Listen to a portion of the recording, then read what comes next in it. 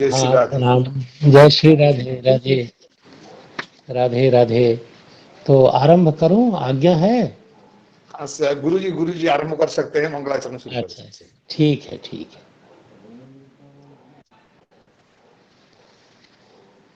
शरणं रघुवंशभूषणः शरणं मे मिथिलेशकन्यका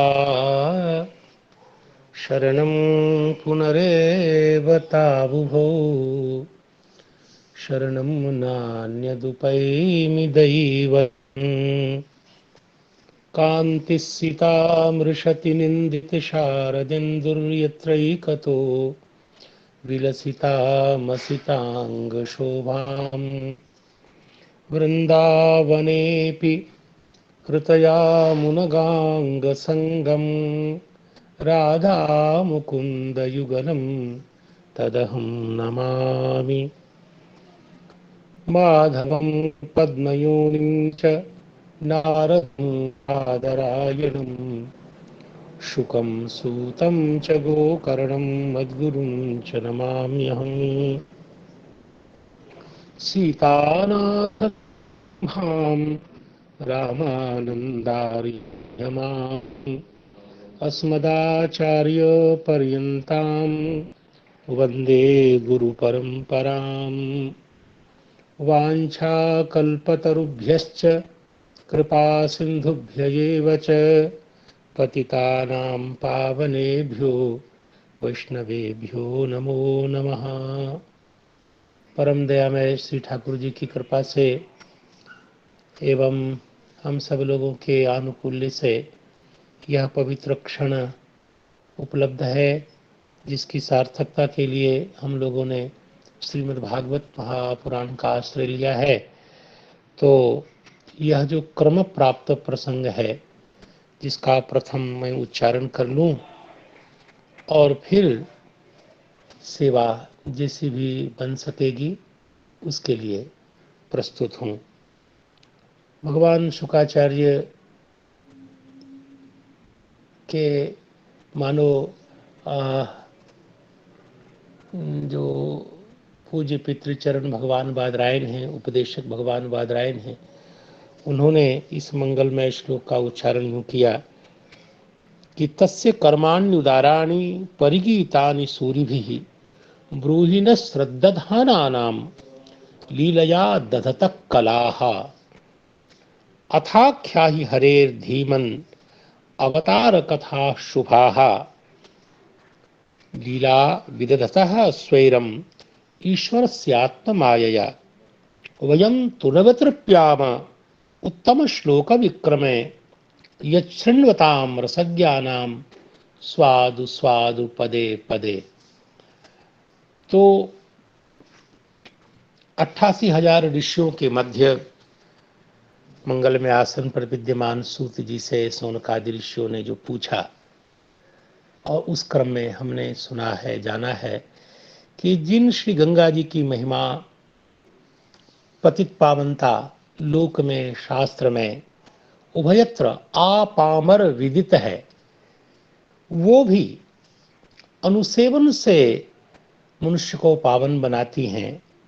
जबकि जो भागवत जन हैं, भगवत भक्त जन हैं, तो सन्निधि मात्र से वह भी सद्यः पावन करते हैं। इस प्रकार भक्तों की अतिशयित महिमा को प्रकाशित करने के बाद देखिए, यहाँ जो भागवत की विशेषता बताई गई, वो 3 ऐसे विशेषण हैं जो अत्यंत ही विचारणीय हैं। जैसे यत्पाद संश्रयाः तो मुनयः, और एक जो महत्वपूर्ण विशेषण है, जो अत्यंत ही विचार पूर्वक समझ में आने वाला विशेषण है, और वो है प्रशमानः। और इन तीनों विशेषणों के द्वारा जो बातें बताई गई, अर्थात निरंतर भगवत अनुसंधान को बताने के लिए मुनि पद का प्रयोग किया, निष्कंप श्री भगवदेक निष्ठा को सूचित करने के लिए जिन भगवान के चरणारविंद का सुदृढ़ अवलंबन, ये तीनों चीजें जो है, यह मानो परमे कांति प्रपन्न भक्त हैं उनकी ओर संकेत कर रहा है। और जिन्हें श्रीमद् भागवत जी में या अन्य अन्य ग्रंथों में, वैष्णव आगम में इस रूप में कहा गया कि आनुकूल्यस्य संकल्पः प्रातिकूल्यस्य वर्जनम रक्षिष्यति इति विश्वासः गोप्तृत्व वर्णम तथा आत्मनिक्षेप कार्पण्ये षड्विधा शरणागति या अनन्य साध्ये स्वाभिष्ठे महाविश्वासपूर्वकम तदेकोपायता याच्या ये प्रपत्ति शरणागति। तो जो एकांतिक परमेकांतिक भक्त हैं उनके जीवन में, उनके लिए यह महात्म्य प्रकाशित होता है। एकांतिनो यस्य न कंचनार्थम वांछन्ति ये वै भगवत प्रपन्नाः अत्यद्भुतम तच्चरितम सुमंगलम गायंत आनंद समुद्र मग्नाः हो। या श्री ध्रुव जी की स्तुति में आया हुआ वो मंगलमय पद्य जिसमें ये ध्रुव जी ने कहा, भुक्तिम भक्ति मुहुः प्रवहताम त्वयि में प्रसंगो भूयाद अनंत महता ममलाशयानाम येनान जसोल वनमुरुव्यसनम भवाब्धिम निश्चय भवद गुण कथा मृतपानमत्तः। तो इत्यादि श्लोकों का जो विषयभूत जो ऐसे जो श्रेष्ठ उच्च कोटि के महात्मा हैं, भगवत भक्त हैं, उनका निर्देश जी किया गया है। तो इनका हो या श्री गंगा जी का हो, जो लोकोत्तर महात्म प्रकाशित हुआ है वो सब भगवत चरण योग के कारण ही है। और वैसे श्री भगवान का जो यशस् श्रवण है वह कौन नहीं करेगा। खास करके जैसे हम सब जीव कलिकाल ग्रस्त हैं, गोस्वामी जी ने जिसका संकेत किया, कलि केवल मलमूल मलिना पाप पयोनिधि जनमन मीना। अर्थात कलि के जीव की जो दशा है, जो मल मूल मलिन है और पाप पयोनिधि से एक क्षण के लिए बाहर नहीं निकलना चाहते हैं, हमारा मन पाप रूपी पयोधि में मीन के समान है। तो ऐसी स्थिति वाले जो जीव हैं उनकी स्थिति में अचिंत्य प्रभाव वाला जो भगवत चरणारविंद है, ऐसे परम प्रभु की यश की श्रोतव्यता को विशेष करके ऐसी विच्छित्ति के साथ श्री शौनकादि ऋषियों ने प्रकाशित किया है, जो प्रश्नात्मक पद्धति से और विचित्र वक्रोक्ति विधा से उसको प्रस्तुत किया है, जो अत्यंत अद्भुत है। और वो श्लोक आपने सुना कि को वा भगवतस्तस्य पुण्य श्लोकैद्य कर्मणः श्रुति शुद्धि कामोनुशृणुयात् यशः कलिमलापहम। यह श्लोक है। और इसका तात्पर्य हुआ को कौन श्रृणयात, कौन ऐसा हो जो न सुनेगा, अर्थात सर्वोपि श्रृणयादेव। और तात्पर्यतः हम लोगों के लिए भी निर्विशेषतया यह प्राप्त हुआ कि अस्माभिरपि नूनम श्रोतव्यम अतो हेतो हो अस्मान ब्रूहि इति। यह फलितार्थ हमारे सामने आया। श्री विश्वनाथ चक्रवर्ती पाद महाराज का टीका में यह कथन हुआ कि तस्य भगवतः, इस पद के द्वारा, पदद्वय के द्वारा श्री भगवान नंदनंदन का ही परामर्श है, जिनका यशोमय वैभव कैसा है। तो त्रिदेवातिक्रांत वैभव है, तीनों देवताओं से अतिक्रांत वैभव, अर्थात त्रिदेव से अतिशयित जिनका यशो वैभव है। और इस प्रकार यशोमंडित है जिनका यश, और लोकातिक की सीमा जिनमें है, उस माधुरी से मंडित समन्वित जिनका वैभव है, ऐसे और कोई नहीं, जिनके चरित्र में ये दोनों विशेषताएं, ऐश्वर्य और माधुर्य का ऐसा मणिकांचन संयोग जो अन्यत्र कहीं भी दृष्टिगोचर नहीं होता। अर्थात प्रकारांतरेण यह कहा जा सकता है कि भगवान के अवतारों में भी, जैसे भगवान नृसिंह हैं, तो नृसिंह हैं तो उनके ऐश्वर्य का प्रकाश तो हुआ है उस चरित्र में, लेकिन उनमें माधुर्यांश तिरोहित ही रह गया। अब देखिए, राम राघवेंद्र का मंगलमय चरित्र महर्षि वाल्मीकि के द्वारा प्रकाश में आया, लेकिन माधुर्य के अतिरेक के कारण वहां क्या हुआ, ऐश्वर्यांश एकदम तिरोहित सा ही रह गया। इसलिए ऐसा चरित्र हो जो अनन्य साधारण हो, जिसका संकेत श्री विश्वनाथ चक्रवर्ती पाद कहते हैं, अत्र असाधारणमेव श्री भगवान नंदनंदन में ही वो असाधारण रूप से ऐश्वर्य और माधुर्य का मिश्रित चरित्र प्रकट हुआ। तो जिन दो पदों के द्वारा उन्होंने यश को विशेषित किया वो अद्भुत है। अब तो अगला जो श्लोक है वहीं से आज की सेवा आरंभ है, और वो श्लोक है तस्य कर्माण्युदाराणि परिगीतानि सूरिभिः ब्रूहि न श्रद्दधानानां लीलया दधतः कलाः अथाख्याहि हरेर्धीमन् अवतार कथा शुभाः लीला विदधतः श्वेरम् ईश्वरस्यात्म मायया। और इस श्लोक में आप देखेंगे कि तस्य, और तस्य का मतलब ये हुआ कि श्री भगवान कृष्ण के चरित्र के श्रवण की उत्कंठा को आविष्कृत करते हुए सौनकादि ऋषियों ने श्री सूत जी से निवेदन किया कि हमें उस भगवान की कथा सुननी है जिन्हें श्री कृष्णचंद्र के रूप में ख्याति प्राप्त है। कर्माणि उदार, श्री भगवान के मंगल में जो कर्म है वो उदार है। कर्म की उदारता का तात्पर्य क्या हुआ? तो भगवत चरित्र तो सही में इनकी उदारता का तात्पर्य है कि जो उदार शब्द के दो अर्थ बताए गए, दाता और महत, और उदारता से तात्पर्य यह हुआ कि वो श्रवण यद्यपि सबके लिए सब कुछ देने में समर्थ है, अर्थात वह अर्थ धर्म काम मोक्ष श्रवण करने वाले को सब कुछ उपलब्ध करा देने वाला है, ऐसा ये उदार भगवान का चरित्र है।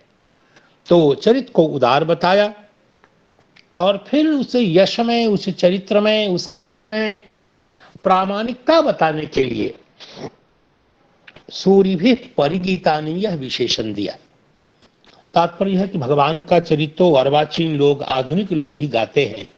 आज भी गांव में यह भगवान का चरित्र गाया जाता है, तो कहीं उसमें उनके वाक्यों में अप्रामाण्य का बोध न होने लग जाए, अप्रामाण्य की कोई आशंका न होने लग जाए, ये सूर्य भी परिगीतानी, जनों के द्वारा परिगीत हुआ भगवान का कर्म है, चरित्र है, ऐसा बताने के लिए यह विशेषण दिया। और ब्रूहिण श्रद्धाना नाम, हम लोग श्रद्धा संपन्न है, श्रद्धा करने वाले लोग हैं, इसलिए हमें आप बताइए। तो श्रद्धाना नाम ये कहने का तात्पर्य है कि कथा सुनने के लिए अपेक्षित जो योग्यता है, श्रवण की जो अधिकारिता है, उसको बताने के लिए, प्रकाशित करने के लिए ये श्रद्धा है। श्रद्धा के बिना तो भगवान की कथा कैसे कही जाए? तो मुनिजन ऋषिजन कह रहे हैं कि हम श्रद्धा संपन्न हैं भगवान, इसलिए आप यदि हमें हमारे लिए भगवान के चरित्र को प्रकाशित करेंगे तो सर्वथा योग्य है। अपनी योग्यता प्रकाशित करने विशेषण दिया। आप जानते भगवान के रति विकास में से प्रथम जो सोपान है वो श्रद्धा ही है, और आदो श्रद्धा जिसे आप लोग बहुत अच्छी तरह से जानते हैं, ततः साधु संगः इत्यादि क्रम से। और श्रद्धा पदार्थ से क्या है? अर्थात इदम इत्थमेव इत्याकारी का जो आस्तिक की बुद्धि है, विश्वास है, उसको श्रद्धा कहते हैं। विश्वास तो श्रद्धा का उत्तर काल का परिपाक है, लेकिन श्रद्धा का मतलब यह ऐसा ही है।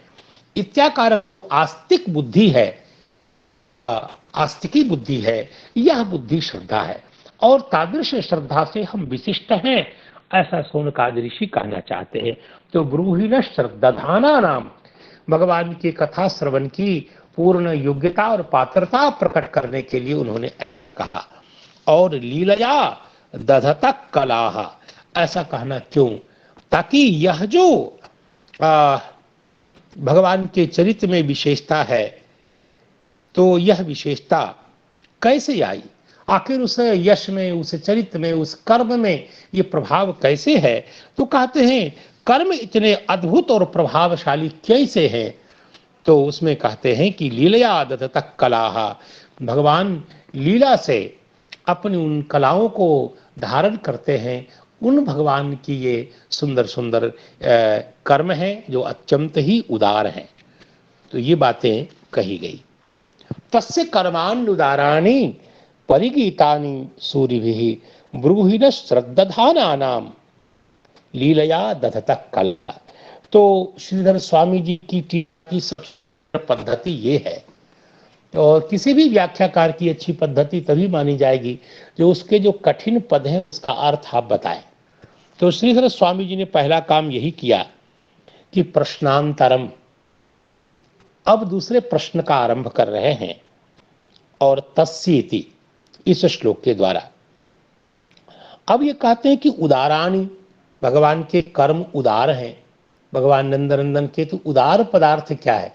जो लोक में प्रसिद्ध उदार है वही है, या उदार का कोई दूसरा तात्पर्य है? तो श्रीधर स्वामी जी कहते हैं उदारानी महांति, महत, महती, महांति। ये महत शब्द नपुंसक के बहुवचन का रूप है, अर्थात उदार शब्द का अर्थ महत है, अर्थात उदारो दात्री महतो हो।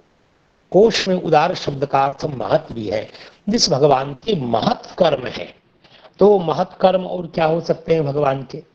तो श्रीधर स्वामी जी कर्म की महत्ता की बात कहते हैं, जैसे विश्व सृष्टि आदि, जगत की सृष्टि आदि जो कर्म है वो भगवान के महान कर्म है। तो विश्व की सृष्टि और आदि पद से स्थेमा, प्रलय, इसका भी परामर्श कर सकते हैं। और भी आपको लगे तो जगत का नियमन, जगत में प्रवेश, तत्सृष्ट्वा तदेवानुप्राविशत श्रुति के बल पर, और जगत का व्यापन, ये सब भी आदि पद से आप संग्रहित कर सकते हैं कि जगत की सृष्टि, जगत का पालन, जगत का संहार, जगत का नियमन, जगत में प्रवेश, ये सारी चीजें आदि पद से परामृष्ट हो सकती है। श्रीधर स्वामी जी ने यहाँ जो लिखा है, भगवान के कर्म की महत्ता का तात्पर्य है जगत की सृष्टि आदि आदि। कहा ठीक है। तो परिगीतानि सूरी भी में सूरी पद, या भी कुछ सामान्य लोगों के लिए लगा कि इस पद का अर्थ क्या है, तो श्रीधर स्वामी जी ने कृपा करके उस अर्थ को भी समझा दिया। सूरी भी, नारद आदि भी। सूरी का मतलब है विद्वान, यद्यपि यह सूरी शब्द वैदिक है, छांदस है। विष्णु सूक्त में आया हुआ है, तद विष्णु परमं पदम सदा पश्यन्ति सूरयः मुह्यन्ति यत् सूरयः। तो ये सूरी लोग कौन है? सूरी भी परिगीतानि में सूरी पद का क्या अर्थ हो सकता है? तो श्रीधर स्वामी जी ने कहा सूरी भी नाम नारद आदि भी। अब इसमें भी नारद आदि पद में, तो आदि पद से आप पराशर जी, पाराशरी भगवान इत्यादि का परामर्श कर सकते हैं। भगवान वेद व्यास जी, भगवान पराशर, ये सब नारद जी तो है ही, इत्यादि का आप संग्रह कर सकते हैं। फिर एक और कठिन शब्द लगा कि श्लोक के अर्थ के दृष्टि से कला शब्द लोक में जिस अर्थ में ख्यात है उस अर्थ में तो यहाँ नहीं है, इसलिए भगवान श्री मधुसूदन श्रीधर स्वामी जी ने कला शब्द का अर्थ यहाँ कर दिया, कलाहा ब्रह्म रुद्रादि मूर्ति ही। भगवान के यह जो अंश कला हैं, जिनको ब्रह्म रुद्र आदि पद से यहाँ आप परामर्श कर सकते हैं। जैसे जो पुरुष आदि रूप में भगवान प्रकट हुए वो सारे भगवान की कला पद वाच्य है। तो भगवान लीला से लीलाओं को धारण करते हैं, और फिर उनके जो उदार कर्म है उन्हें आप हमें सुनाइए। तो कला पद से जो श्री विश्वनाथ चक्रवर्ती पाद अर्थ करते हैं वो तो करते अवतार, जो श्री भगवान के अवतार हैं, अर्थात मत्स्यादि जो भगवान के अवान्तर अवतार हैं। ऐसा लोग कहते भगवान कृष्ण भी अवतार हैं, लेकिन यहाँ भगवान कृष्ण तो अवतारितया उपस्थित हैं, तो इसलिए भगवान कृष्ण को छोड़कर यावत मत्स्यादि अवतार हैं वो अवतार, पुरुषादि रूप जो कला है वो। तो ऐसा श्री भागवत जी में लिखा है, नारायण कला शांत असूया रहित होकर के जो अच्छे लोग हैं, वो भगवान जो मुमुक्षु लोग हैं, वो भगवान नारायण की कला की उपासना करते हैं, भजन करते हैं। यद्यपि यहाँ एक बात और कही गई है श्री वंशीधराचार्य ने भगवान के अवतार निर्णय के विषय में इतना बड़ा विशाल चिंतन खड़ा किया कि मैं उसको पढ़ते पढ़ते तो विक्षिप्त जैसा हो गया। और उन्होंने बहुत बड़ा एक विभाग दिखाया है कि मुझे लगता है श्री माधव गौरीश्वर परंपरा में भगवान कृष्ण परात्पर पूर्णतम तो है ही, वो सर्व प्रधान है, ये तो है ही, ये तो उचित ही है। और अनन्यापेक्षी उनका जो महान ऐश्वर्य और महान माधुर्य है, महान उत्साह और सर्व कारण के रूप में, सर के मूल के रूप में, सर्व प्रधान के रूप में, अवतारी के रूप में, अंशी के रूप में भगवान नंदनंदन श्री कृष्ण चंद्र हैं, इसमें तो तीनों काल में कोई संदेह नहीं। लेकिन उसके बाद वो जो स्वयं रूप है, उसके बाद वही वर्णन आया कि उनके तुल्य शक्ति वाले शक्तिधारी भगवान नंदनंदन के विलास स्वरूप जो भगवान वैकुंठनाथ नारायण हैं, उनका भी उसमें उल्लेख किया गया।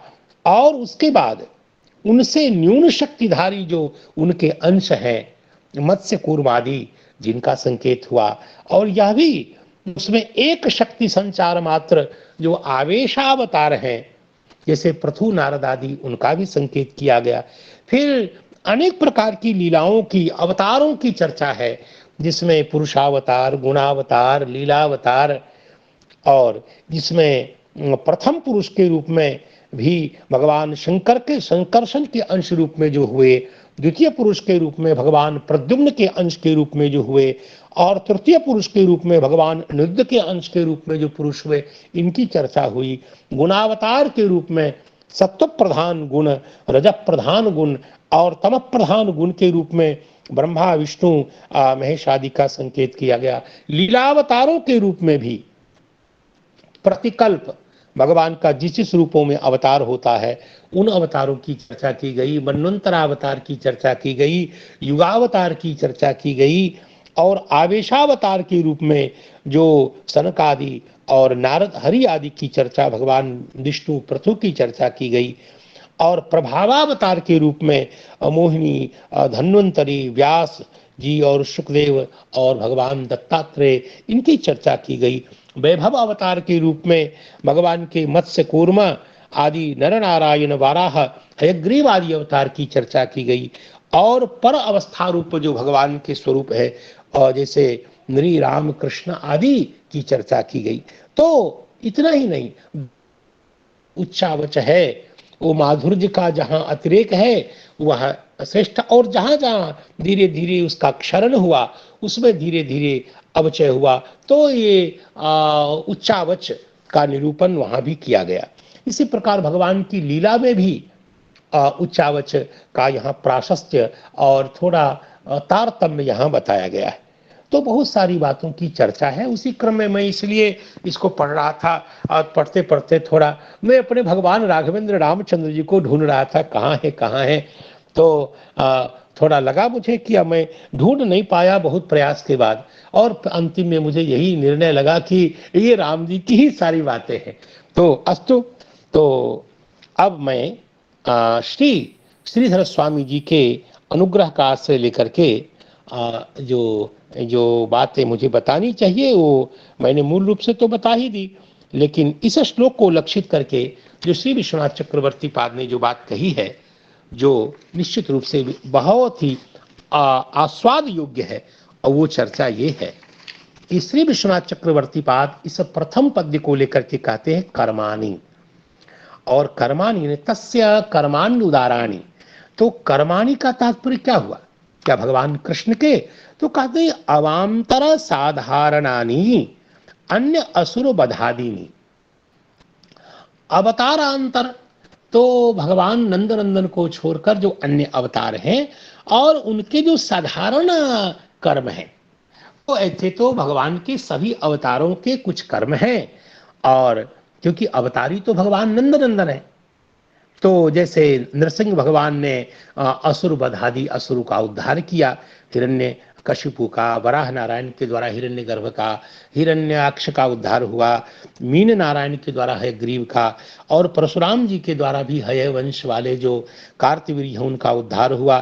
तो ये सब तो कला है, और जो मूल कलावान सर्वावतारी जो श्री कृष्णचंद्र हैं वो हैं, वह तो निश्चित रूप से इनसे निश्चित रूप से क्योंकि वह अंशी हैं, इसलिए उनकी भी चर्चा है। तो ये आदि पद से आप असुर वधादिनी में जो आदि पद है उनसे आप पालन, ज्ञानोपदेश, मोहन आदि का भी परामर्श कर सकते हैं। जो भगवान नंद नंदन से व्यतिरिक्त जो अंशावतार कला हैं उनके जो कर्म हैं उनका यहाँ संकेत किया। और भगवान के जो कर्म होते हैं वह अत्यंत उदार हैं। वो तो उदारता का क्या तात्पर्य है, तो उदारता के लिए कहा भक्ता अभिष्ट प्रदान। इन्होंने महत्व वाली कोई बात नहीं कही। उदार का जो लोक प्रसिद्ध अर्थ है, जो वही अर्थ जो वदान्य भाव है, जो वदान्य होना, उदार होना है। तो भक्त के अभिष्ट को देते हैं, उदार हैं ये कर्म। इसका मतलब भगवान तो परमोदार हैं ही, लेकिन भगवान के कर्म चरित भी अत्यंत उदार हैं। और उदारता का तात्पर्य है कि भक्त के अभिष्ट को प्रदान करने वाले। इसकी व्याख्या करते हुए आचार्यों ने कहा कि भोग योग्या योग्य, चाहे वो भक्त योग्य हो या अयोग्य हो, या श्रोता योग्य हो कि अयोग्य हो, इसका विचार किए बिना जो श्रवण कीर्तन में लग जाते हैं उनको यथेष्ट धर्मादि जो 4 प्रकार के पुरुषार्थ हैं वो उनको देते हैं। ये है उदार कर्म के उदार होने का तात्पर्य। तस्य कर्मान्युदाराणी का ये तात्पर्य है। कहा ठीक है। कलाह का क्या अर्थ है, तो श्री विश्वनाथ चक्रवर्ती पाद कहते हैं लीलया दधत कलाह। तो कला पद से आप भगवान के अवतारों का ही बोध प्राप्त करें, अवतार ही समझें, उन अवतारों को धारण करने वाले। दधतः यह जो शत्रंत रूप है, तो ये दधतः का तात्पर्य है धारण करते हुए जो भगवान है। तो यहाँ दधतः में जो वर्तमान काल का प्रयोग किया, इन्हें वर्तमान कालिक क्षत्रिय प्रत्यय का जो प्रयोग देखा जाता है, और क्षत्रिय का अर्थ जो वर्तमान काल है। तो इस के द्वारा हमने क्या सूचित किया, अर्थात भगवान बादरायण ने क्या बताना चाहा है, तो कहा तदवतारा नाम नित्यत्व। तत्पद से भगवान नंदनंदन को ले लिए, क्योंकि भगवान नंदनंदन का ही कहते हुए अवतार हैं। तो भगवान नंदनंदन के जितने भी अवतार हैं वो अवतार नित्य हैं, यह सूचित हुआ। यह लट स्थानिक, यह जो क्षत्रिय प्रत्यय से बना हुआ रूप है दधतः, इस रूप से पता लगा कि श्री भगवान के जितने भी अवतार हैं वो नित्य हैं, अर्थात एक बार ही हुए हों ऐसा नहीं, ये अनादिकाल से होते आ रहे हैं, ये अवतार नित्य है। कहा ठीक है। तस्य च पूर्णत्व आयातम, और तस्य का तात्पर्य हुआ कि ये तो अवतार हैं, लेकिन अवतारों के महान उत्स जो अवतारी हैं वो उनका भी परिपूर्णत्व पता लगा। तो भगवान नंदनंदन का तो पूर्णत्व ज्ञात हुआ, और उनके अवतार जो हैं मत्स्य कूर्मादि ये सब नित्य हैं, यह वर्तमान कालिक प्रयोग से पता लगा। दधतः पद से ये सूचित हुआ। ये बात यहाँ कही गई है। तो मुझे लगता है कि शब्द का अर्थ तो इतना ही है, और इसके अतिरिक्त मुझे ज्यादा कुछ समझ में नहीं आ रहा है। तो अब दूसरे श्लोक के आशय में प्रवेश करते हैं, और वो श्लोक है अथाख्या ही हरेर धीमन अवतार कथा शुभा लीला विदधत स्वैरम ईश्वरस्यात्म मायया। और इस श्लोक का तात्पर्य यह है, जिसे आचार्यों ने पुरस्कृत किया है। ऐसे तो बाल प्रबोधनीकार ने पूर्व श्लोक पर भी बड़ी अच्छी अच्छी बातें कही हैं, और उनकी सेटिंग है, पहले मैं बता देता हूं, सामने में वो टीका मुझे दिख गई। उनका कहना है कि श्रवण की उत्सुकता को आविष्कृत करते हुए भगवान के चरित्र को पूछते हैं तस्येति, अर्थात उस भगवान श्री कृष्ण के कर्म आप हमें बताइए। और अपनी अधिकारिता को बताने के लिए श्रद्धानाम पद दे ही दिया। और भगवान के चरित्र तो आधुनिक लोग भी बोलते हैं, कहते सुनते हैं, लेकिन कहीं आधुनिक लोग के वचन में अप्रामाण्य की शंका न हो जाए, इसलिए परिगीतानि सूर्य भी सूर्य जनों के द्वारा गाया गया वो कर्म है, चरित्र है, इस रूप में उस कर्म का विशेषण बताया और कहते हैं कि उनके श्रवण से आपको क्या मिलेगा। आखिर भगवान के चरित्र श्रवण में, कर्म श्रवण में आपका इतना आग्रह क्यों? तो इस आशंका में ये उदारानी इस पद का उपन्यास किया गया। अर्थात उदार का वही तात्पर्य कि योग्य अयोग्य का विचार किए बिना श्रवण कीर्तन में लगने वाले को यथेष्ट चतुर्विध पुरुषार्थ देने वाले हैं ये कर्म, ये चरित्र, इसलिए उनको उदार कहा गया। ऐसा कहा। फिर कहा कि आखिर भगवान के कर्मों में, चरित्र में ऐसा विलक्षण प्रभाव कैसे आ गया कि वो परम उदार हैं। इसको ध्यान में रख करके यह विशेषण दिया गया भगवान के लिए। तस्य का ये विशेषण आया, लीलया दधत कलाहा। और इसका विवेचन करते हुए श्री बाल प्रबोधिनीकार ने कहा, अनायासेन, लीलया का विवेचन कर रहे हैं, अनायासेन स्वेच्छया हर्षात क्रियमाना चेष्टा, आनंद से की गई जो भगवान की चेष्टा है, जिसको लीला कहते हैं, तया एक कला, उससे एक कला, भगवान की कला में जो एक कला है वो ब्रह्म रुद्र मत्स्य कच्छपादि अनंताः, अनंत कलाएं और नाना विधा मूर्ति ही, अनेक प्रकार के जो स्वरूप है, तत्रापि प्रतिक्षणम, उसमें भी प्रतिक्षण जो चंद्र की कला जैसे आह्लाद को उत्पन्न करती है, जनाह्लादक होते हैं, वैसे भगवान के रूपांतराणी, भगवान नंदनंदन के अतिरिक्त जितने भी अवांतर रूप है उनको धारण करने वाले जो भगवान हैं, उनके कर्मों को आप ब्रूहि, हमें सुनाइए। तो अनेन, इस श्लोक का जो अभिप्राय क्या हुआ इसको बताते हुए कहते हैं कि अनेन, भगवान के जो कर्म होते हैं वो हम लोगों के कर्म के समान नहीं होते, वो प्रारब्धाधीन नहीं होते। हम लोग तो जो कुछ भी करते हैं प्रारब्ध से प्रेरित होकर के करते हैं, लेकिन श्री भगवान, ये बात इसलिए आई क्योंकि भगवान के लिए कर्म शब्द का उपयोग हुआ, तो कर्म का पद का प्रयोग करते ही लगा कि जैसे मनुष्य का कर्म होता है वैसे भगवान के कर्म है क्या? कहा नहीं नहीं, कर्म पद को सुन करके आप भ्रांत मत होइए, वहां कर्म तो लीला परक ही है। इसलिए हम, भगवान के जो कर्म होते हैं अस्मदादि के समान नहीं होते, अस्मदादि कर्म के समान नहीं होते। हम लोग का कर्म तो प्रारब्ध के अधीन होता है, और मत्स्य आदि जो अवतार होते हैं उन सकल अवतारों के अवतारी हैं भगवान, इसलिए श्री कृष्ण परिपूर्ण अवतार हैं, ऐसा बताया। तो इस प्रकार इस वाक्य के द्वारा भगवान की कथा के साथ साथ भगवान के अवांतर जो अवतार हैं उनकी लीला कथा के श्रवण की बात कही है। इस प्रकार ऐश्वर्याद्यचिन्त्य अनंत गुणपूर्णस्य श्री कृष्णस्य कर्मणाम उक्त प्रभावत्वे न कश्चित शंकालेशः इति भावः। ऐश्वर्यादि अनंत अचिंत्य, अनंत गुण से परिपूर्ण जो भगवान श्री कृष्ण चंद्र हैं, उनके कर्म में यह जो प्रभाव प्रकाशित हुआ, ऐसे अद्भुत कर्म है, इसके विषय में श्रोताओं को या वक्ता को भी किंचित भी शंका नहीं रखनी चाहिए।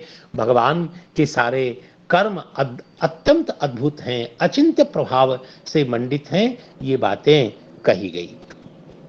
अब इस श्लोक में जो अवांत दूसरा जो श्लोक हमारे सामने है, अथाख्या ही हरेर धीमन अवतार कथा शुभा, इस श्लोक को लेकर के श्री श्रीधर स्वामी जी महाराज ने जिस पंक्ति को उद्धृत किया है वो सुने। अथेति, अथेति का मतलब प्रश्नांतरे, अथेति प्रश्नांतरे, और यहां कहा अथ शब्द का दूसरा भी अर्थ होता है।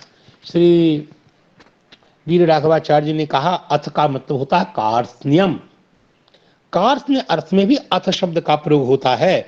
उन्होंने नैघंटुक कोश का उल्लेख करते हुए कहा कि अथ, अनंतर, आरंभ, कार्त्स्न्य, ये सारे अथेति अथ शब्द के अर्थ होते हैं। इसलिए अथ का अर्थ हुआ कार्त्स्न्येन आख्यायी, संपूर्णतया आप बताइए। यद्यपि भगवान की कथा आत्यंतिक रूप में परिपूर्ण रूप से कौन बताएगा? गायन गुणान दशशतानन आदि देवः शेषोधुनापि समवस्यति नास्य पारम, ऐसी अनंत भगवान की कथा है। तो फिर भी आप जितना जानते हैं किसी को छोड़िएगा नहीं किसी अंश में, इसलिए आप परिपूर्णतः बताइए, यथा ज्ञान परिपूर्णतः बताइए, ये कहने में तात्पर्य है। तो अथाख्या ही हरेर धीमन अवतार कथा शुभा। हे धीमन, धीमन का मतलब हुआ धी बुद्धि जिसके पास है। तो यहाँ जो मतो प्रत्यय है वो प्राशस्त्य अर्थ में स्वीकार करना चाहिए, और इसीलिए प्रशस्त बुद्धि संपन्न। और बुद्धि का प्राशस्त्य क्या होता है? अर्थात गुण से संपन्न बुद्धि वाला। और बुद्धि के अनेक गुणों की चर्चा शास्त्र में यत्र तत्र की गई है। तो बुद्धि के गुण कितने होते हैं? का पहला गुण तो बुद्धि का है शुश्रूषा। आप जिससे कुछ सीखेंगे, आपके गुरु जी जो हैं उनकी सेवा करो, तो गुरु के चरणों में सेवा की भावना, यह भी बुद्धि का ही गुण है। अर्थात भगवान की सेवा हो या भागवत सेवा हो, यदि कोई भगवान की सेवा में लगा है या संत की सेवा में लगा है, तो आप मानिए कि उसकी बुद्धि बिल्कुल सही काम कर रही है। तो बुद्धि का पहला गुण है शुश्रूषा, सेवा की भावना, सेवा की इच्छा, सेवा। और श्रवणम, किसी वस्तु को सही ढंग से सुनना, ये बुद्धि का गुण है। ग्रहण, सुने हुए को अच्छी तरह से ग्रहण करना। ग्रहण का है उच्चारण, और उच्चारण अक्षर राशि को स्वीकार करना, ये ग्रहण का अर्थ है। आनुपूर्वितया श्रुत पदार्थ, उच्चारण और उच्चारण पुरस्सर अक्षर राशि को ग्रहण करना, ये ग्रहण का तात्पर्य है। और गृहीत पदार्थ को चिरकाल तक स्मरण में रखना धारण है, यह भी बुद्धि का ही गुण है। तो शुश्रूषाम, शुश्रूषा श्रवणम चैव ग्रहणम धारणम तथा ऊहापोह, युक्ति पुरस्सर चित्त में स्थापित करना, ये ऐसा है क्योंकि ये ऐसा है, जिसको मनन कहा जाता है। और अर्थ विज्ञानम, पदार्थ को अच्छी तरह से समझना। और अंतिम में तत्व विज्ञान, तत्व ज्ञान का मतलब है उसके अनारोपित स्वरूप को जान लेना। ये सारी बातें ये बुद्धि के गुण के रूप में कही जाती है। एतद गुण से विशिष्ट जो बुद्धि है, ऐसी बुद्धि से संपन्न आप हैं, ये धीमन पद से सूचित किया। ऋषियों ने सूति जी के लिए विशेषण दिया। अस्तु, तो अथाख्या ही हरेर धीमन, हे सूति जी महाराज, जो आप परम प्रशस्त बुद्धि संपन्न सूति जी, हरे हे अवतार शुभा अवतार कथा आख्या ही, शुभ जो भगवान की अवतार कथा है, इसको आप सुनाइए। तो शुभ कहने का तात्पर्य श्री विश्वनाथ चक्रवर्ती पाद ने जो कुछ कहा वो तो हम बाद में देखेंगे। अवतार कथा स्थित्यर्थमेव तत्तत् अवसरे ये मत्साद्यवतारा, स्थिति के लिए ही अलग अलग अवसरों पे जो भगवान के ये मत्स्य आदि अवतार हुए, उन अवतारों की तदीयाः कथाः इति अवतार कथा, उन अवतारों की कथा। और उन कथा का शुभत्व क्या है? तो कहा कि कथा शुभ इस रूप में है क्योंकि वो वक्ता को, श्रोता को और जो प्रेरित करने वाले हैं उन सबों का सब प्रकार से कल्याण करती है। शुभत्व की संधायिका होती है, शुभत्व प्रदायिका होती है, इसलिए कथा को शुभ कहा। ठीक है।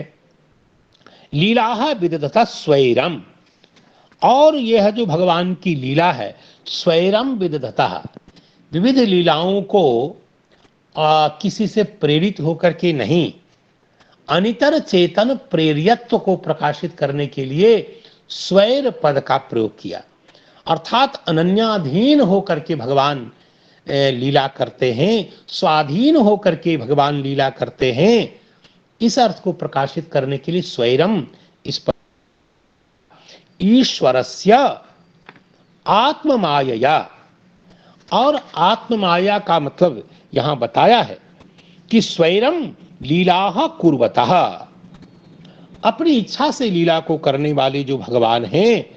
और इस प्रकार ये जो श्लोक हैं, इन श्लोक के द्वारा भगवान कृष्ण के अवतार का प्रयोजन प्रश्नेन तच्चरित प्रश्नोपि जात एव, प्रयोजन के प्रश्न से भगवान ऐसा क्यों करते हैं, इस प्रकार के प्रश्न से चरित्र संबंधी प्रश्न भी प्रकाशित हो गया। तो दो अर्थ यहाँ प्रश्न मुखेन पूछे जा रहे हैं, ऐसा श्रीधर स्वामी जी ने 18वें श्लोक में व्याख्या के क्रम में प्रकाशित किया। अब जो श्री विश्वनाथ चक्रवर्ती पाद ने इस श्लोक को सामने रख करके जिस रूप में बताया है, उन्होंने कहा कथा का यह विशेषण जो है शुभा, उस शुभा का अर्थ जो हम लोग समझते हैं वो नहीं है। कथा का शुभत्व ये है अमायिकत्व होना। कथा शुभा यानी अमायिकी ही, इसमें माया का लेश नहीं है। तो अमायिक जो कथा है, तो कथा में अमायिकत्व को बताने के लिए यहां शुभ पद का प्रयोग किया गया है।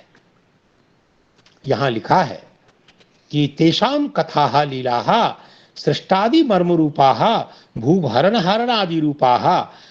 तो ऐसी कथा कैसी है, तो जो यद्यपि भगवान की माया से की गई संपादित कथा है, तो यहां भी विदधता का जो क्षत्रिय प्रत्यय, अर्थात प्रायः लोगों की जो लीला होती है, यद्यपि लीला शब्द भगवान की ही कर्म के लिए प्रयुक्त है, तो भी जो माया प्रयुक्त जो है, मायाधीनता के कारण माया प्रयुक्त जो माया के गुण हैं, उन गुण के गुण युक्त नहीं है, वह नितांत दिव्य है, अलौकिक है इत्यादि को प्रकाशित करने के लिए यहां अमायिकी शब्द का प्रयोग किया, अर्थात गुण प्रयुक्त नहीं है, अर्थात त्रिगुणात्मिका लीला नहीं है। यह नितांत निस्त्रैगुण्य वाली अर्थात प्रकृति से अप्राकृत लीला है। इसको कहने के लिए यहां अमायिकी शब्द का प्रयोग शुभ पद से बताया।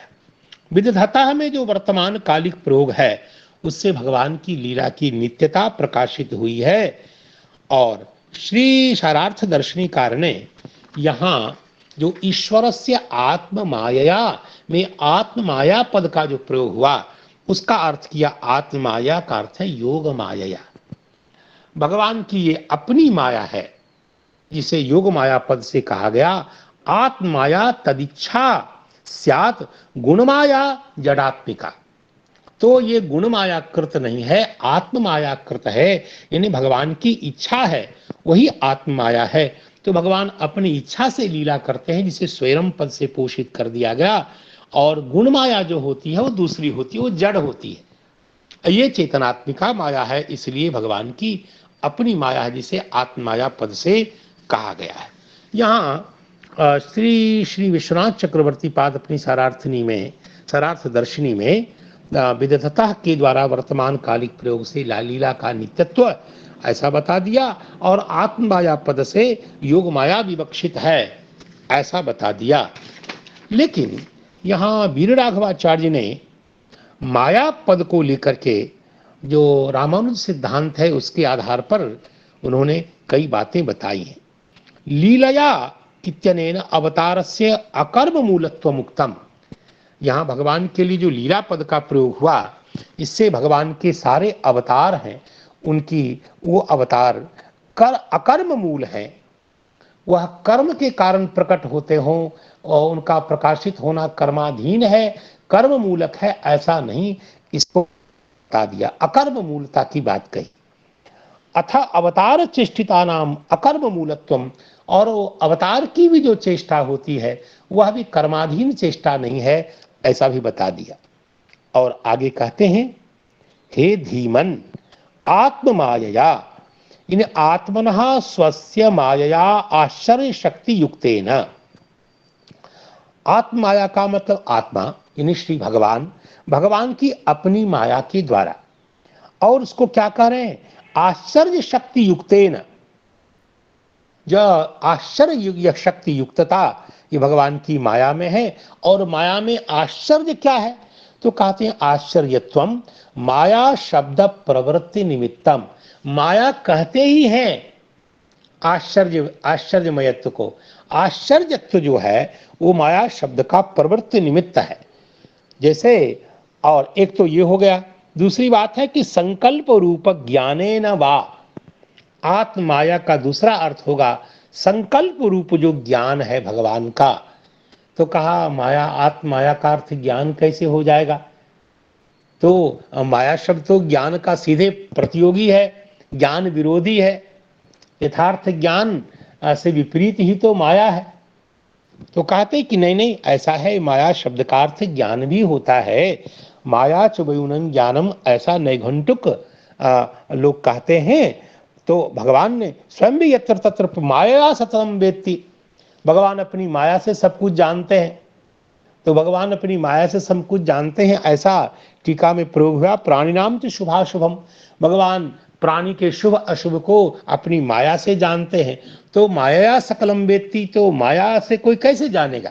जब तक माया पद का अर्थ ज्ञान नहीं होगा तब तक यह प्रयोग कैसे सार्थक होगा? तो इससे पता लगता है कि माया ज्ञान वाचक भी है। और नैघंटुक कोश में इसका संकेत है माया च वयुनम ज्ञानम। और इसलिए हमने माया का ज्ञान परक अर्थ स्वीकार करते हुए ही संकल्प रूपक ज्ञानेन ऐसा अर्थ किया है आत्म माया का। इसी प्रकार वो कहते हैं कि देखिए स्वैरम का तात्पर्य क्या हुआ? तो स्वैरम का तात्पर्य यथा तथा, यथा तथा लीला चेष्टा विदधता, जैसा होना चाहिए वैसी लीला चेष्टा को प्रकाशित करते हुए भगवान ईश्वरस्य, ईश्वर पद के अर्थ को यहाँ प्रकाशित किया। ईश्वरस्य सर्वनियंतु, इष्ट इति ईश्वरः, वरच प्रत्यय वाला जो ईश्वर है, यह इसका अर्थ है सर्वनियंता, जो सब का नियमन करता हो, सबका जो प्रयोजक करता हो, वह ईश्वर। अर्थात आश्रित दुरित हरस्य भगवतः, यहाँ ईश्वर का तात्पर्य भगवान है। क्योंकि ईश्वर शब्द तो कभी कभी भगवान शिव भी ईश्वर पद से कहे जाते हैं। यहाँ कहते हैं कि आश्रित दुरित हर के रूप में प्रसिद्ध जो भगवान हरि हैं, वही यहाँ ईश्वर पद वाच्य है।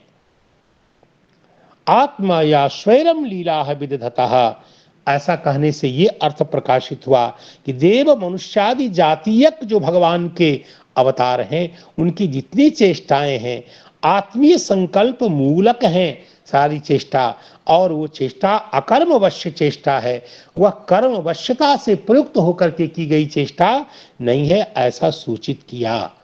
तो इस प्रकार ये दो श्लोक के आशय इस रूप में प्रकाशित किए गए। और अगले श्लोक में हम प्रवेश करते हैं, और वह हमारा श्लोक है वयम तुनवितृप्याम उत्तम श्लोक विक्रमे यत् शृण्वताम रसज्ञानाम स्वादु स्वादु पदे पदे।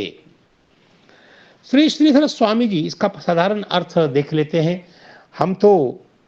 हम महाराज तृप्त नहीं होते भगवान उत्तम श्लोक के विक्रम के श्रवण में, क्योंकि सुनने वाले जो लोग हैं, हम लोग शृण्वताम रसज्ञानाम, हम लोग सुनने वाले रसज्ञ लोग हैं। और भगवान का यह जो मंगलमय चरित है, यह तो स्वादु स्वादु पदे पदे, जो पद पद में अभिनव अभिनव स्वाद को प्रकाशित करने वाला ये भगवान का चरित है। इस चरित के रस को हम लोग जानने वाले हैं, इसलिए हम तृप्त नहीं हो रहे हैं आपके मुख से कथा सुन करके।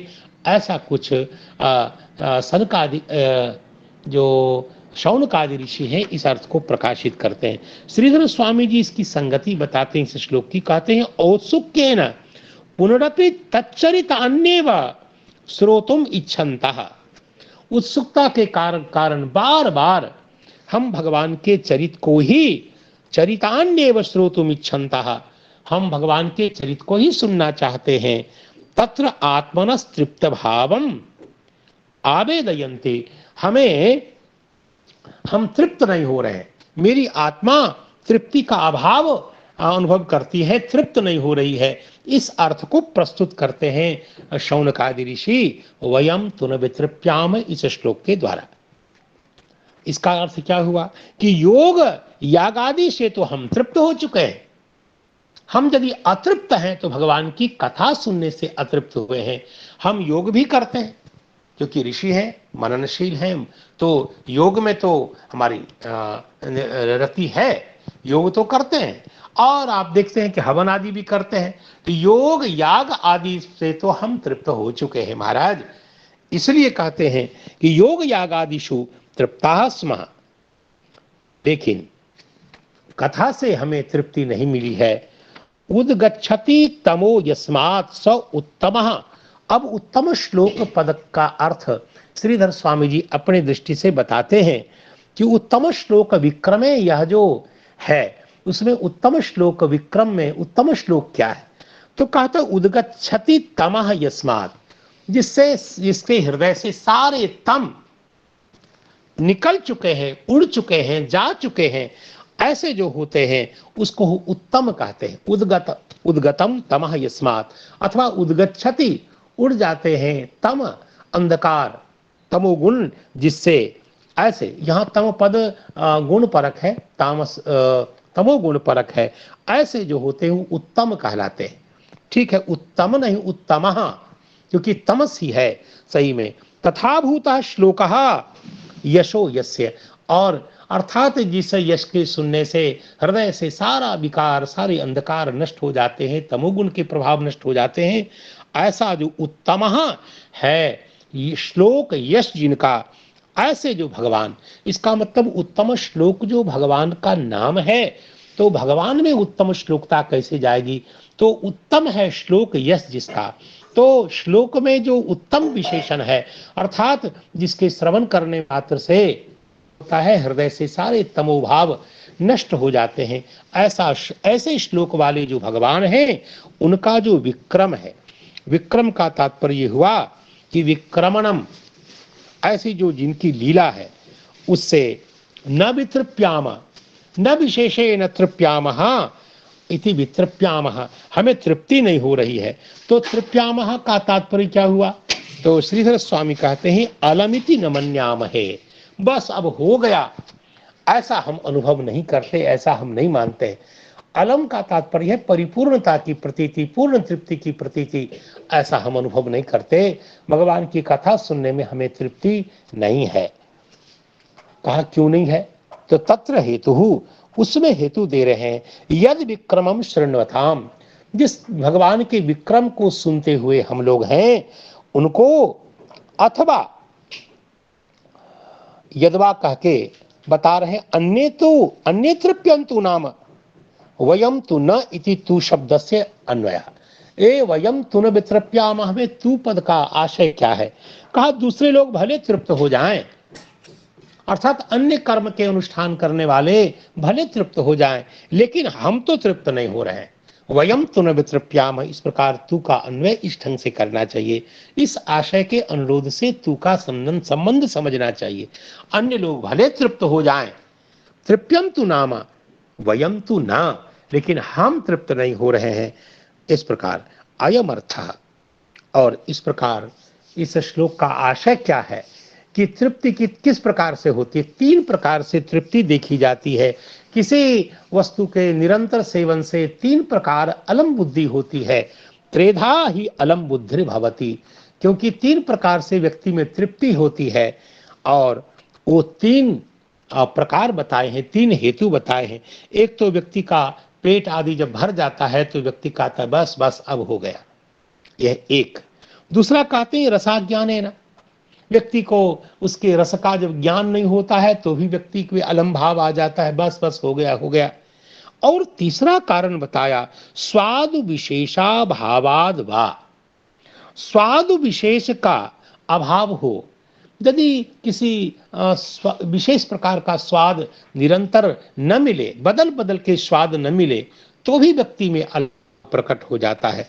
तो ये तीन कारण होते हैं किसी की तृप्ति के और अलम बुद्धि के कारण होते हैं। लेकिन यहाँ तत्र शृण्वताम, अर्थात यद शृण्वताम पद को दो प्रकार से श्रीधर स्वामी समझा रहे हैं, और दूसरा कह रहे हैं कि तत्र शृण्वताम, ऐसा कहने से क्या हुआ कि यह जो श्रोत्र है, ये श्रवण इंद्रिय है, श्रोत्रस्य आकाशत्वात्, ये सही में आकाश रूप है, क्योंकि यहाँ ये शब्द का आश्रय तो आकाश होता है, ये जो खाली जगह है वो तो आकाश ही है जो शब्द का आश्रय होता है। तो श्रोत्र आकाश रूप होने के कारण आकाशत्वात् न भरणम, और जैसे आकाश को तृप्त नहीं किया जा सकता है, पूर्ण नहीं किया जा सकता है, वैसे हमारे कर्ण छिद्र को पूर्ण नहीं किया जा सकता है। तो हम सुन रहे हैं तो हमारे श्रवणेंद्रिय को कैसे कोई पूर्ण करेगा, वो आकाश रूप है। और इसलिए अमूर्त शब्द के द्वारा उसकी पूर्ति नहीं हो सकती है।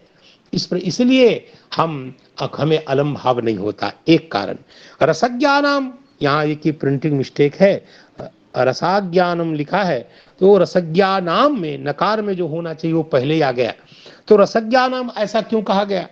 क्योंकि क्या होता है कि जो व्यक्ति रस को नहीं जानता, रस का ज्ञान न होने के कारण पशु के समान, जैसे पशु को तृप्ति हो जाती है, बहुत जल्दी अलम भाव हो जाता है, वैसी प्रवृत्ति कहीं हमारी नहीं है, उसका निराकरण कर दिया। हम लोग रस को जानते हैं, इसलिए सहसा भगवान के चरित्र श्रवण से तृप्ति नहीं होती है। और तीसरी बात कह रहे हैं, देखिए क्या होता है, तीसरे हेतु में बता रहे हैं, स्वाद विशेषा भावादवा। जैसे कोई व्यक्ति गन्ने को चूसता है तो बहुत काल तक एक प्रकार का ही रस, एक प्रकार का ही माधुर्य चूसते चूसते फिर उसको अलम भाव हो जाता है, बस मन भर जाता है। वैसे इक्षु भक्षणवत, इक्षु दंड को चूसते समय जिस प्रकार एक ही प्रकार के रस को अनुभव करने के कारण थोड़ी देर में तृप्ति हो जाती है, मन ऊब जाता है, मन भर जाता है, ठीक वैसे रसांतरा भावात, एक ही प्रकार के रस होने के कारण, रसांतर के अभाव के कारण, अन्य रस के अभाव के कारण तृप्तिम, कहीं हमें उस प्रकार की तृप्ति नहीं है। इसलिए इन सकल प्रकार के तृप्ति की निराकृति की गई है 3 प्रकार के हेतु से। और आगे कहते हैं स्वादु स्वादु पदे पदे, इसकी व्याख्या श्रीधर स्वामी जी कहते हैं पदे पदे का अर्थ है प्रतिक्षणम।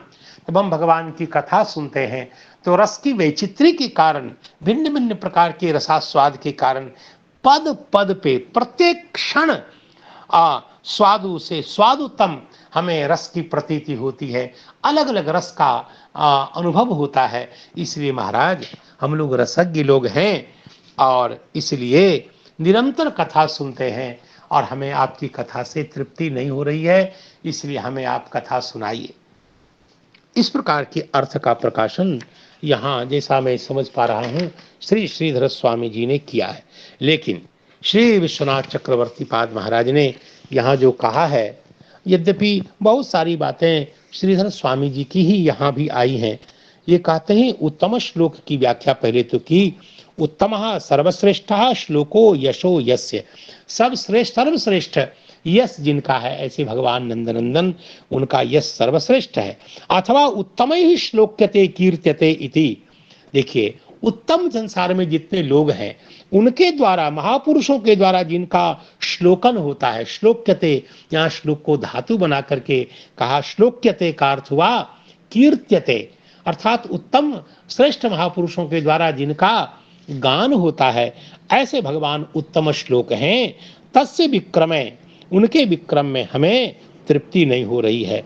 अलमिति न मन्यामहे, यथावत ही है, अर्थात योग याग आदि में तो हम तृप्ति प्राप्त कर लेते हैं, हम तृप्त हो गए हैं, लेकिन इसमें तृप्त नहीं हो गए। यद विक्रमणम शृण्वताम, भगवान के जिनकी जिस चरित को सुनते सुनते, और वही बात पूरी पूरी वही बात है। और मुझे लगता है यहाँ भी अलमर्थः त्रेधा ह्यलम बुद्धिर्भवति उदरादि भरणेन वा रसाज्ञानेन वा स्वादु विशेषा भावाद वा, ये तो यथावत है। तत्र शृण्वताम इत्यनेन श्रोत्रस्य आकाशत्वात् और विक्रमस्य च अमूर्तत्वात्, यह अंश अधिक है। श्री विश्वनाथ चक्रवर्ती पाद की पंक्ति में यह अंश अधिक है श्रीधर स्वामी की अपेक्षा, क्योंकि श्रवण तो काम तो आकाश रूप है, जो छिद्र है वह शब्द का जो शब्द तो आकाश में रहता है, शब्द का आकाश का गुण ही है। तो और कहते हैं कि शब्द जो होता है, जो विक्रम भगवान का यश है, वह तो अमूर्त है, और अमूर्त होने के कारण अमूर्त द्रव्यों से आकाश को कैसे भरा जाए, इसलिए इस श्रवण की पूर्ति नहीं हो सकती है। और रसज्ञा नाम में भी वही बात कह दी है। लेकिन पदे पदे स्वादु स्वादु पदे पदे में उन्होंने कहा कि पदे पदे प्रतिसुप्तिंगंतम एवं, पद का अर्थ वही जो व्याकरण प्रसिद्ध शास्त्र प्रसिद्ध जो पद है, सुप्तिंगंतम पदम, सुबंतम तिंगंतम, प्रति सुप्तिंगंतम, प्रत्येक सुबंत तिंगंत कथा के प्रत्येक पद के में प्रतिक्षणम वा, जो अर्थ उन्होंने श्रीधर स्वामी जी ने किया था वह अर्थ स्वादुतोपि स्वादु, अर्थात चर्वितस्य इक्षुदंडादेरेव, जैसे एक गन्ने के दंड को हम चबाते हैं और उसके समान न नीरसत्वेन हेयत्वम, जैसे कुछ देर के बाद नीरस हो जाता है उस प्रकार हेय यहाँ नहीं है। प्रत्युत अतुस्वादुत्वेन परमोपादेयत्वम, अत्यंत स्वादु होने के कारण भगवान का जो चरित है, भगवान का जो विक्रमण है वो अत्यंत स्वादु होने के कारण परम उपादेय है, परम ग्राह्य है, परम स्वीकार्य है। इस अंश का प्रकाशन श्री श्री सारार्थ दर्शनिकार श्री विश्वनाथ चक्रवर्ती पाद ने किया। तो यह समय भी परिपूर्ण हो गया और शब्दार्थ को ही बताया जाना अभी एतावत काल में संभव हुआ। भ्रमद के कारण, प्रमाद के कारण, अर्थ के समुचित बोध न होने के कारण, अस्तव्यस्तता के कारण यावत बात मैंने आपके सामने में रखी और वो उसमें जो जो स्खलन हुए सबके लिए क्षमा याचना करता हूँ। जितने हमारे गुरुजन हैं उन सबको प्रणाम करता हूँ। उस श्लोक को जरूर बोल देता हूँ कि वयम तुनब तृप्याम उत्तम श्लोक विक्रमे यच्छृण्वताम रसज्ञानाम स्वादु स्वादु पदे पदे, और हुए सकल प्रमादों के लिए भगवान के मंगल में नाम का उच्चारण करता हूँ और ये सेवा श्री राधा रमन के चरणों में समर्पित। हरे कृष्णा कृष्णा कृष्ण हरे हरे, हरे राम हरे राम राम राम राम हरे हरे।